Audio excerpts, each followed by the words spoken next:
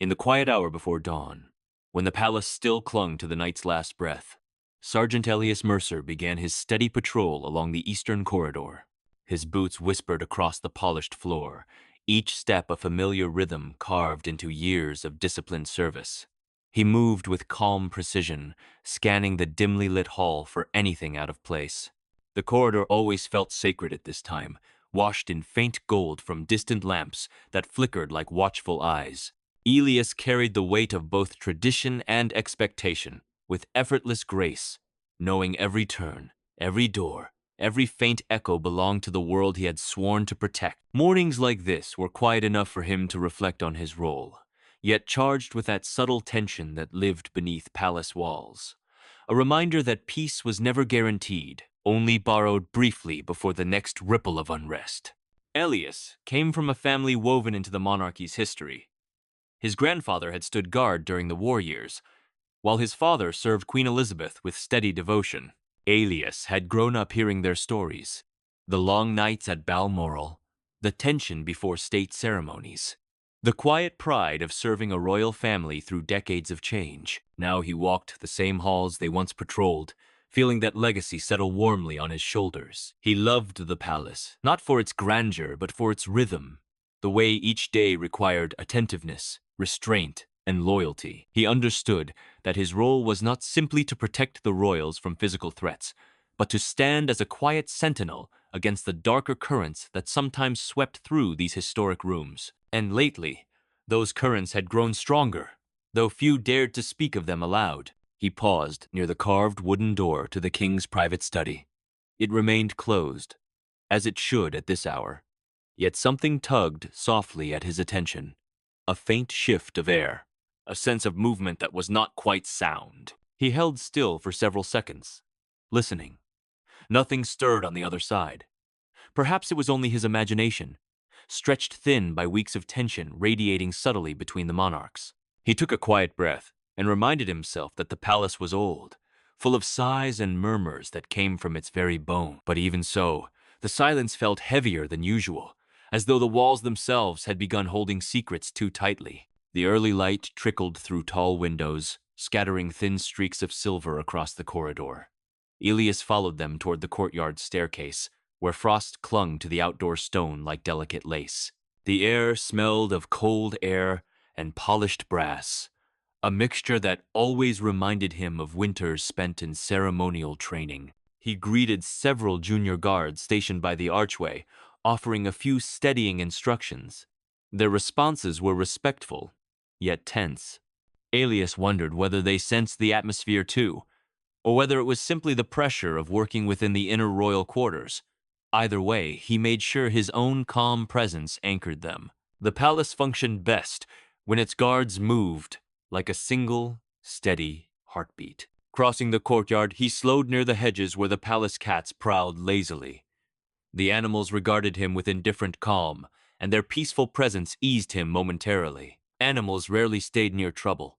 They sensed storms before humans did. Today, they lounged without worry.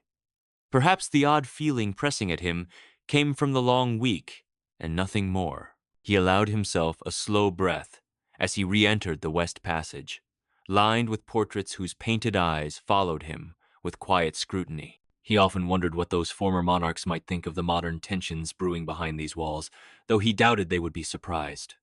Power always carried a shadow. He climbed the service staircase, leading toward the royal apartments, though he was not scheduled to patrol there yet. He preferred checking it early, ensuring the path remained clear before the household stirred. The staircase carried familiar scents of wood polish and linen, comforting markers of routine. Yet at the top step, a faint draft brushed his cheek. No window stood open. He frowned, noting the detail silently. Old buildings had strange habits, but this draft felt intentional, as though something had just moved down the hallway moments before his arrival. He adjusted his pace, listening more closely now, allowing instinct rather than routine to guide his steps. The hallway was unusually quiet, heavy with the kind of stillness that felt deliberate rather than natural. Elias slowed instinctively. He passed a table where fresh lilies rested, their petals dusted with cool moisture. Someone had placed them moments before, but he had heard no footsteps, no rustle of clothing. Curious. He let his fingers hover above the flowers without touching them, sensing the subtle tension in the air. He continued onward until he reached the point where the hallway split into two branches, left toward Queen Camilla's private rooms, right toward the king's. He often avoided pausing here, aware that even the smallest hesitation in this junction could suggest that a guard had noticed something out of the ordinary. He stood silently at the junction, listening. His breath softened. The palace seemed to hold still around him. Then, from the left corridor, the one leading to Camilla's private rooms, came a faint sound, a clipped whisper, quick, soft, and immediately swallowed by silence. Elias straightened, every instinct sharpening. Someone was awake, long before they should be. And whatever they were doing, they did not want to be overheard. He stepped cautiously toward the sound, unaware that this small movement would draw him into the heart of a secret that the palace would soon struggle to contain, a secret that would pull both king and queen into a confrontation he was destined to witness. In that quiet moment, Elias felt the weight of something unseen settling around him. A subtle warning carried through the stillness, urging him to tread carefully as he approached the shadowed corridor where trouble was beginning to unravel. Elias moved slowly down the dim corridor, his steps silent as he followed the faint whisper he had heard moments earlier. The palace walls seemed to lean in around him, pressing him forward with a quiet urgency he could not name. He kept his breathing measured, listening for any repeat of the sound. Only the soft creak of settling wood answered him. The absence of noise made the moment even more unsettling, as if something had intentionally gone still to avoid detection. He reached a narrow alcove near the queen's sitting room, where an ornate mirror reflected the faint glow of distant lamps. He paused beside it, making sure he remained out of sight from anyone beyond the corner. A soft rustle drifted through the still air, followed by the murmur of two voices lowered in urgency. He recognized neither immediately. One voice carried a clipped tone, professional but tense. The other was smoother, confident, and disturbingly familiar. Elias leaned closer, careful not to let his uniform brush against the wall. The smoother voice rose just enough for Elias to distinguish it. He felt a chill as he realized it belonged to a senior palace advisor, known for his secrecy and discreet alliances.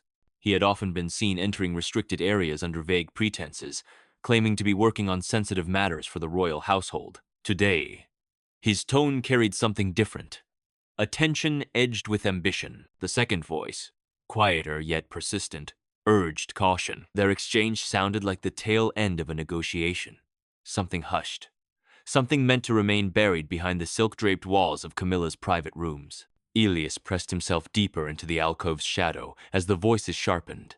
The advisor spoke again, his tone low and pointed, mentioning a delivery that had arrived through a discreet entrance. Elias felt the air tighten. Such deliveries were strictly monitored, and anything bypassing standard protocol was immediately suspicious. He strained to listen, catching fragments of phrases about influence, timing, and agreements that would shift the balance of certain royal decisions. The second voice questioned whether the queen would approve the plan. The advisor's reply came swift, almost cold. She already had. His pulse quickened. Queen Camilla's approval of a secret delivery suggested something far beyond routine palace maneuvering. Elias leaned closer, though every instinct warned him not to. The advisor lowered his voice further, speaking of a document sealed in gold trim and accompanied by a private note. The second voice hesitated, unsure if the arrangement was safe. The advisor insisted that Camilla had personally overseen the matter late in the night, ensuring that the item bypassed the king's usual channels. The second voice grew uneasy, questioning what might happen if the king discovered the truth. Elias felt a subtle tremor course through him. It was rare for the queen to act entirely alone, bypassing the king's authority. Even in private disagreements, she kept up appearances of unity. Whatever this was, it threatened that balance. He closed his eyes briefly, trying to steady his thoughts. The advisor's tone shifted again, mentioning that the item would be reviewed later that morning during a meeting held away from official schedules. No attendants, no courtiers, no guards, just the queen, the advisor, and a selected witness yet to be named. Elias felt the gravity deepen. The second voice spoke again, lower this time, almost fearful. It questioned whether the king would eventually learn of the arrangement.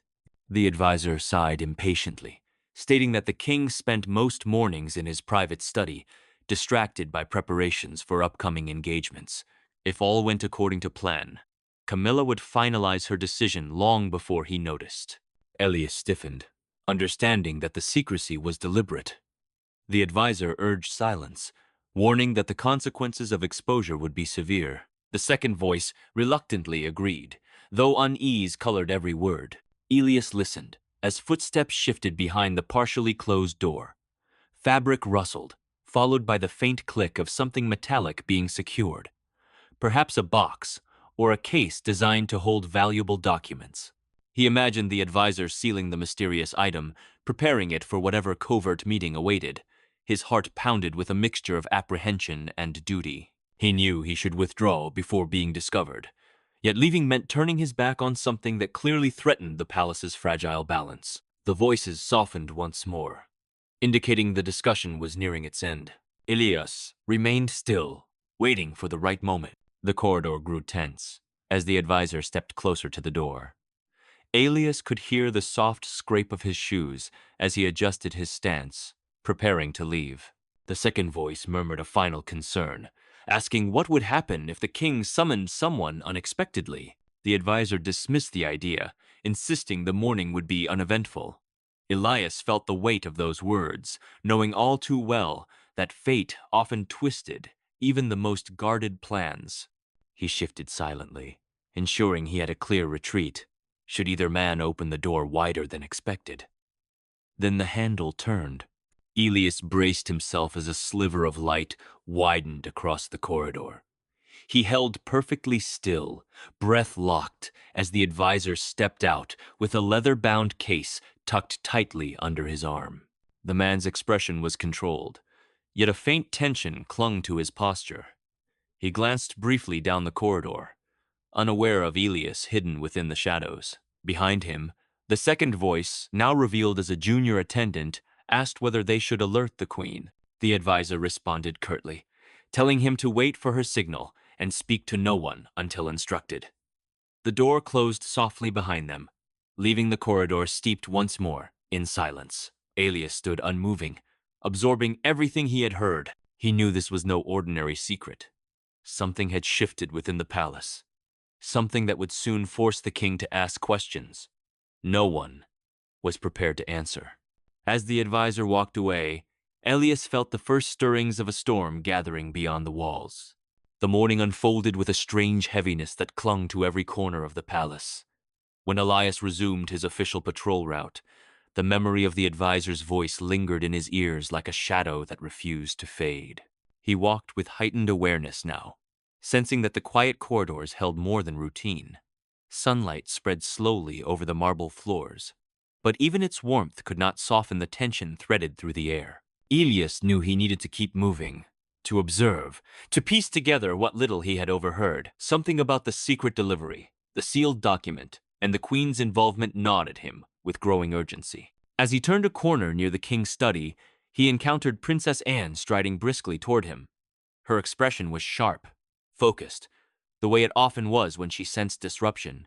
She greeted Elias with a curt nod and slowed her pace, clearly reading the unease behind his composed exterior.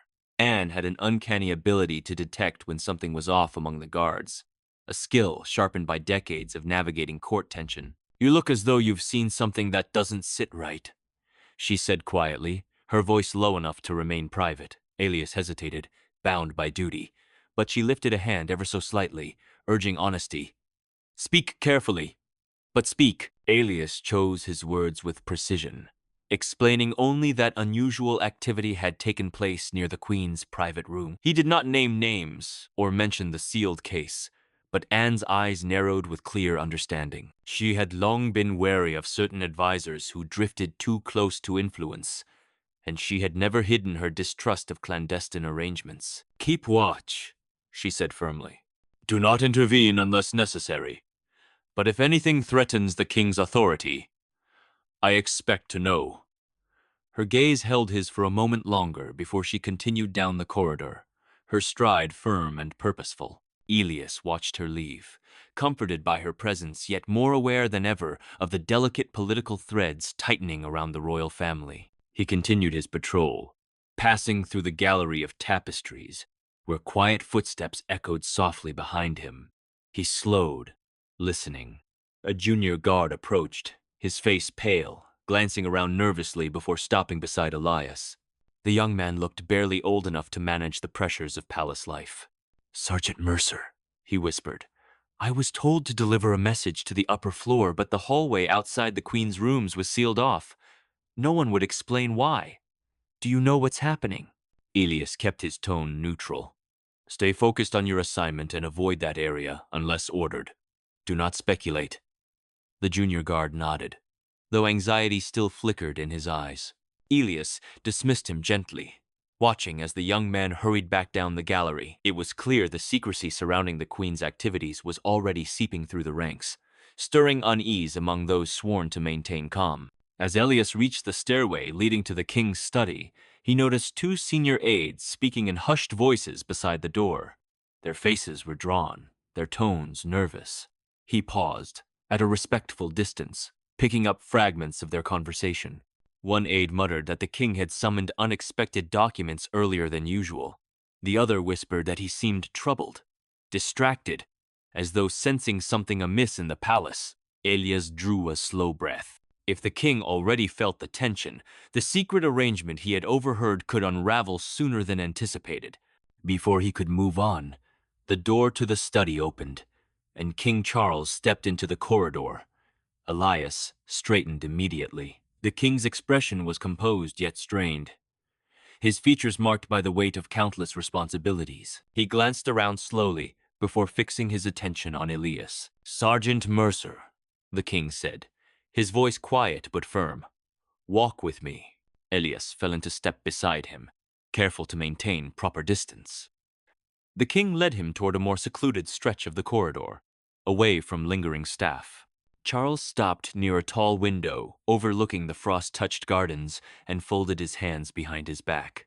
"I have been informed," the king began, "that certain movements within the palace this morning do not align with standard protocol." He turned his head slightly, studying Elias with sharp, searching eyes. "I trust your judgment, and I know you are not a man prone to unfounded concerns. Have you observed anything unusual?" Elias felt a tightness in his chest. This was the dilemma he had feared. To speak too openly risked, exposing information he was not authorized to reveal. To remain silent risked allowing a secret arrangement that could undermine the king's authority. He chose his words with painstaking care. "Your Majesty, there has been discreet activity near the Queen's rooms. Individuals entering early, voices lowered, certain movements that do not follow the expected schedule." He paused, measuring the king's reaction. "I cannot yet determine the purpose, but it is significant enough to warrant awareness." The king absorbed the words slowly. His eyes shifted toward the distant corridor, leading to Camilla's quarters, a flicker of worry passing across his features before he concealed it beneath royal composure. "Thank you, Sergeant," he said quietly. "Remain alert. I may require your presence later." As the king departed, Elias felt a deeper unease settle within him. The king's restrained reaction spoke volumes. Something had already troubled him, and Elias's observation had only confirmed it. The storm that had begun with whispered voices behind a closed door was now spreading through the palace with deliberate momentum. Later, as Elias turned into the west wing, he noticed movement at the far end of the hall. Queen Camilla herself emerged from her private suite, accompanied by the same senior advisor who had carried the leather-bound case. Camilla's expression was controlled, regal, yet a flicker of irritation pulsed behind her eyes. She leaned toward the advisor, speaking in a low tone, but her words carried just enough for Elias to grasp their meaning. "The king must not interfere today. Ensure the arrangements proceed without delay." The advisor nodded stiffly. Camilla's gaze briefly swept the corridor, lingering on Elias with a sharp, unreadable intensity. For a moment, neither of them moved. Then she turned, gliding down the corridor with quiet authority. Elias's pulse quickened. The secret deal was moving forward, and now the queen had stepped fully into the open. He sensed that the king, already alerted to unusual activity, would soon demand answers. And when he did, the delicate balance between monarch and consort would fracture into something far more volatile. The palace was sliding toward confrontation, and Elias knew he was standing at the edge of it, whether he wished to be or not. The palace seemed to pulse with quiet tension as the afternoon sun lowered toward the horizon. Elias felt the shift almost immediately. A subtle tightening in the air, as though the walls themselves sensed that something long concealed was preparing to break open. He continued his patrol with calm precision, though his thoughts churned beneath the surface. The king had been alerted. The queen was moving forward with her arrangement, and somewhere between them, a truth waited to be exposed. He passed along the grand staircase when a hurried figure approached from below. It was the junior attendant who had been in the queen's rooms earlier, his expression pale and shaken. He nearly collided with Elias before stopping abruptly, breath unsteady. "Sergeant," he whispered. "The queen has requested an unscheduled meeting in the ivory drawing room. Only select individuals are being allowed to enter. No guards posted by the doors. I've never seen anything like it." Elias nodded slowly. The ivory drawing room was rarely used for private meetings and never without security. That alone signaled that whatever Camilla intended was reaching its final stage. He dismissed the attendant with a steady gesture. Though inside, his pulse quickened. He headed in the direction of the drawing room, careful not to appear rushed, weaving through corridors filled with tapestries and echoes of soft footsteps. When he reached the corridor outside the drawing room, he paused. The door was closed. Two senior aides stood several paces away, whispering urgently among themselves. They fell silent when they spotted Elias. He approached calmly, offering a polite nod. Neither aide would meet his eyes for long. "Is Her Majesty inside?" Elias asked. One of the aides hesitated before giving a small nod. "She arrived moments ago." The advisor joined her. "No one else has been permitted entry." Elias absorbed the information quietly. The door remained still. No voices audible from within. The silence carried tension, thick and uneasy. He stepped back several paces, positioning himself in a way that suggested routine duty, while allowing him to observe the situation closely without drawing suspicion. He didn't have to wait long. Footsteps echoed from the far end of the corridor, firm and unmistakable. King Charles approached, his expression composed, yet carved with determination. Behind him walked Princess Anne, her stride purposeful, her eyes sharp. The aides immediately straightened, bowing their heads. Elias stood at full attention. The king stopped before the drawing room door and turned slightly toward Elias. "Sergeant Mercer," he said, his voice quiet but edged with authority. "I believe you have been aware of certain developments." Elias kept his tone steady. "Yes, Your Majesty." A flicker of understanding passed between them, unspoken but unmistakable. The king placed his hand on the door handle, pausing as Princess Anne stepped closer. "Are you ready for what may follow?" Anne murmured. The king gave a faint nod. Then he pushed the door open. The room beyond was bathed in warm afternoon light, filtering through tall windows. Queen Camilla stood near a polished table, her posture poised, her expression cool and resolute. Beside her stood the senior advisor, clutching the leather-bound case Elias had seen earlier. Both turned as the king entered. For a long moment, no one spoke. "Charles," Camilla began softly, though tension simmered beneath her calm tone. "This is not an appropriate time for interruption." The king stepped forward with quiet authority. "I disagree. An unscheduled meeting involving restricted materials conducted without my knowledge or security presence is precisely the type of matter that warrants interruption." The advisor shifted uneasily. Elias remained at the doorway, silently observing as he had been trained to do. Anne moved to stand at her brother's side. her presence a silent reinforcement. Camilla's gaze sharpened. The contents of this case concern a matter requiring delicate handling, she said, gesturing slightly toward it. There are circumstances you have not yet been made aware of. Indeed, the king replied quietly, and I find that troubling. The advisor exhaled shakily, sensing the direction of the confrontation. He stepped forward, opening the leather case just enough for a glint of gold-trimmed parchment to show. Your Majesty, he said carefully, this document pertains to proposed adjustments in certain ceremonial protocols. The Queen believed it prudent to review them privately before presenting them to the wider household. Anne's eyebrows rose. Privately, she repeated, her tone calm but cutting. Meaning, without the king's approval? Camilla's expression tightened. Not without approval, merely before it. The king's voice softened, though disappointment weighed in every word. You bypassed established procedure. You bypassed me. Camilla met his gaze with equal intensity. Because some decisions require decisiveness before interference dilutes them. The room held its breath. Elias felt the moral complexity of the moment echo within him. The Queen's motive, whatever it was, had pushed her into secrecy. The king's sense of duty demanded transparency, and he, a guard, had become the silent thread connecting their actions. The king extended his hand calmly. The document. The advisor hesitated, glancing between Camilla and Charles. Camilla's jaw tensed, but after a long moment, she gave a small, reluctant nod. The advisor stepped forward and placed the case in the king's hands. Charles opened it slowly. Elias could not see the contents, but he could see the king's reaction. A tightening of his mouth, a silent inhale, a flicker of disbelief. Anne watched sharply, her arms crossed. Camilla softened her tone. It was meant to spare you unnecessary conflict.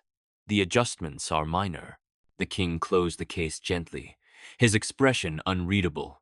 Minor adjustments do not require secrecy, he said quietly, nor do they justify hidden deliveries and closed-room negotiations. The silence that followed felt heavy enough to crack the air. At last, the king turned toward Elias.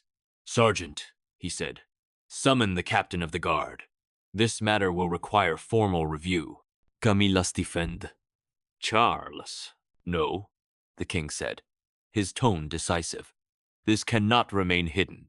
Elias nodded once. Yes, your Majesty.